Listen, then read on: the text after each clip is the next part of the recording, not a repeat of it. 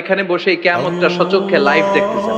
ওয়ানজালনাল হাদিদা ফীহি বাসুন শাদীদ।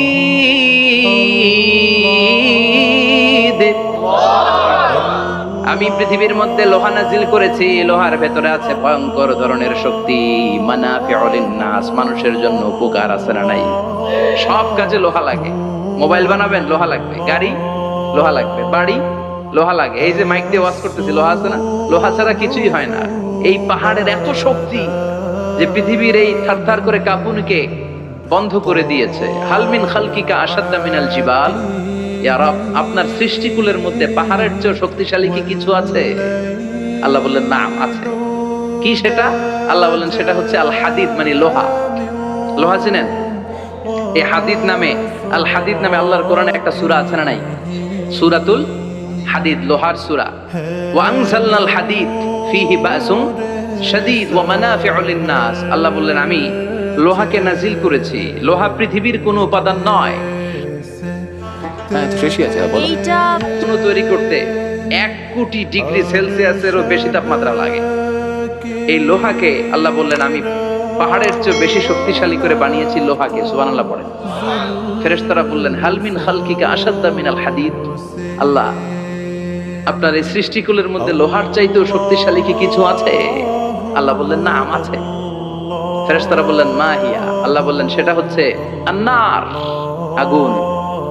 আগুন লোহাকেও গলিয়ে দেয়। সুবহানাল্লাহ পড়েন। ফেরেশতারা বললেন হাল মিন খালকিকা আসাদ্দা মিনান নার। আল্লাহ, আপনার এই সৃষ্টিকুলের মধ্যে আগুনের চাইতেও কি শক্তিশালী কিছু আছে? আল্লাহ বললেন আছে। কি সেটা? আল-মা, পানি। পানি মারলে আগুন। সুবহানাল্লাহ পড়েন। ফেরেশতারা বললেন ইয়া রব, হাল মিন খালকিকা আসাদ্দা মিনাল মা। আপনার এই সৃষ্টিকুলের মধ্যে পানির চাইতেও শক্তিশালী কি কিছু আছে? আল্লাহ বললেন নাম আছে। সেটা কি? আর-রিহ। আর-রিহ মানে বাতাস। কারণ বাতাসের ধাক্কায় সমুদ্রে, সাগরের পানিতে ঢেউ খেলে, জলের উচ্ছ্বাস হয়, জলোচ্ছ্বাস হয়, ঠিক কি না? এবার ফেরেশতারা বললেন মাবুদ, পানির চাইতেও বেশি শক্তিশালী বাতাস। এবার আমাদের জানতে বড্ড মনে চায়, এই বাতাসের চাইতেও শক্তিশালী কোন সৃষ্টি আপনার সৃষ্টি জগতে আছে নাকি? আল্লাহ বললেন বাতাসের চাইতেও শক্তিশালী একটা জিনিস আছে। দেখি কে কইতে পারে, বলেন। সুবহানাল্লাহ। আল্লাহ বললেন বাতাসের চাইতেও শক্তিশালী হলো আশরাফুল মাখলুকাত, মানুষ। কিয়ামতটা যেদিন হবে, ওই দিন গোটা বিশ্বব্যাপী আমাদের পরিস্থিতি কি হবে এটার একটা নকশা আল্লাহ নিজে এই সূরার নকশা এঁকে দিয়েছে। কিয়ামতের প্রামাণ্য ধারা বর্ণনা আল্লাহ নিজে দিয়েছে। এই সূরাটা বললে মনে হবে আপনি এখানে বসেই কিয়ামতটা সচক্ষে লাইভ দেখতেছেন। সুবহানাল্লাহ পড়বেন না? সূরাটার নাম হচ্ছে আল কারিআ। কি নাম? সবাই বলেন কি নাম? আল কারিআ মানে হচ্ছে বিকট আওয়াজ, ভয়ঙ্কর আওয়াজ, জাইগান্টিক সাউন্ড, বোম্বাস্টিক মার্কা সাউন্ড। যেই সাউন্ড, যে আওয়াজ, যে বিকট শব্দ পৃথিবীর কোনো মানুষ শুনে নাই। The trumpet, the siren, the whistle. বিশাল এক হুইসেল বাজানো হবে। ওই হুইসেল বা সাইরেন বাজানোর ফলে বিকট একটা শব্দে গোটা বিশ্ব ভেঙে খান খান হয়ে যাবে। এটার নামই হচ্ছে আল কারিয়া। চিল্লায় এখন সুবহানাল্লাহ। ওই হুইসেল দেওয়ার জন্য, ওই সাইরেন বাজানোর জন্য, ওই সুরের ভেতরে, সিঙ্গার ভেতরে ফুৎকার দেওয়ার জন্য রব্বুল আলামিন স্পেশাল একটা ফেরেশতা বানিয়েছেন। তার নাম হলো ইসরাফিল আলাইহিস সালাম। কি নাম?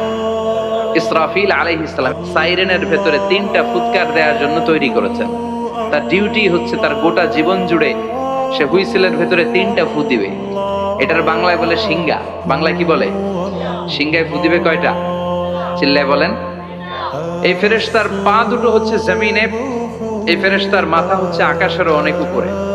সৃষ্টির পর থেকে এই ফেরেশতা ওই সিঙ্গাটা, ওই বাঁশিটা তার 2 ঠোঁটের মাঝখানে লাগিয়ে আল্লাহর আরশের দিকে তাকিয়ে আছে, and just waiting for the green signal. আল্লাহর পক্ষ থেকে সিগন্যাল আসার অপেক্ষায় আছে যে আল্লাহ কখন বলবে যে ফু দে। সুবহানাল্লাহ। 3টা ফু দেওয়ার জন্য রব্বুল আলামিন একটা ফেরেশতা বানালেন। ইসরাফিল ফেরেশতা সৃষ্টির শুরু থেকে বিশাল সিংহাটাকে, সাইরেনটাকে, ট্রাম্পিটটাকে দুই ঠোঁটের মাঝখানে লাগিয়ে আল্লাহর আরশের দিকে তাকিয়ে আছে। কবে আমার প্রভু বলবে সাইরেনের মধ্যে বাঁশি বাজা। He is waiting. ঠিক এই মুহূর্তে যখন আমি কথা বলছি আর আপনারা শুনছেন, ঠিক এই মুহূর্তেও ওই সাইরেনটা ওনার দুই ঠোঁটের মধ্যে লাগানো, আর উনি আরশের দিকে তাকিয়ে অপেক্ষা করছে কখন আমার রব আদেশ করে, আর তখন আমি সিংহায় ফুৎকার দিয়ে গোটা বিশ্বটারে মেসাকার বানিয়ে দিব। সুবহানাল্লাহ। এই ঘটনাটাই আল্লাহ প্রামাণ্য দলিল দিয়ে বর্ণনা করেছেন। আর বর্ণনা করতে যে এই সূরার নাম দিয়েছেন আল কারিআ। কি নাম?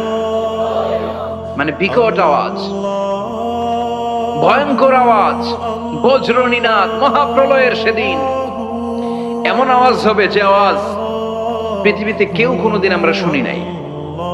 পৃথিবীতে কে সবচেয়ে বড় আওয়াজের কি শুনেছেন বলেন? সিডরের ভয়ঙ্কর আওয়াজ। হ্যাঁ, কিসের আওয়াজ?